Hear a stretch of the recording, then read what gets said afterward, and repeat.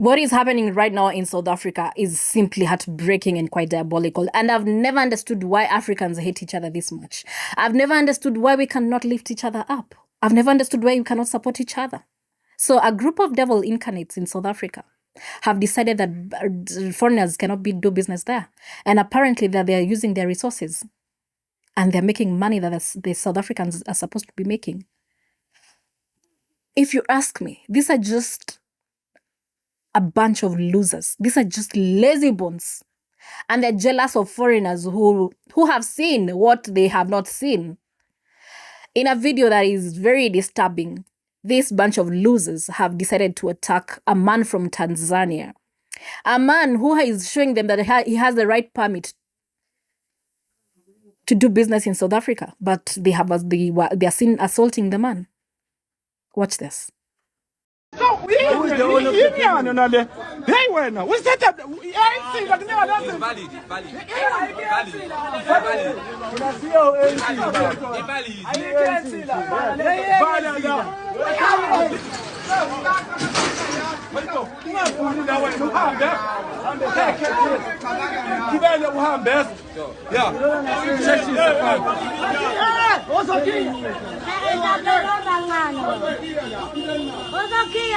I've watched this clip several times, and it's quite hilarious that they cannot see who the real enemy is.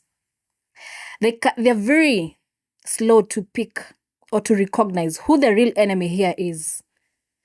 They cannot see the enemy that they have fought for so long. They have fought with for so long.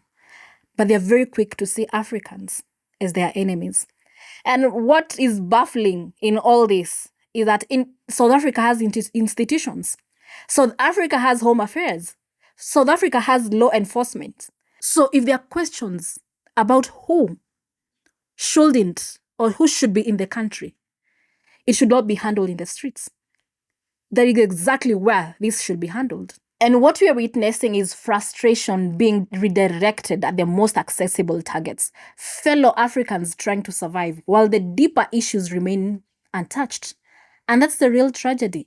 You don't fix economic hardship by attacking small business owners. You do not build a country through mob justice. And you certainly do not solve systemic problems by turning on each other. And at some point, we have to ask ourselves, who benefits when Africans are divided like this? Because this is not strength, it is chaos. Let me be unequivocal here. Xenophobia is a betrayal of African unity. It is a sickness born of poverty, inequality, and government failure.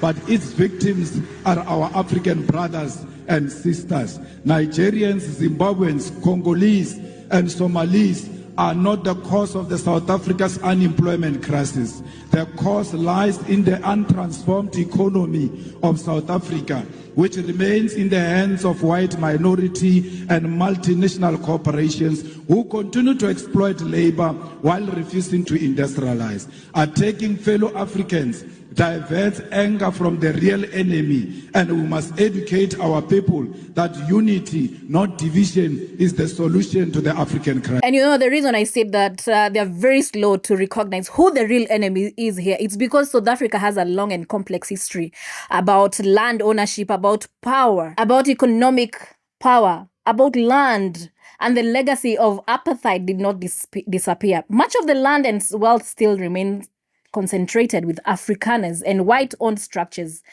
who are continuing to play a significant role in the economy today.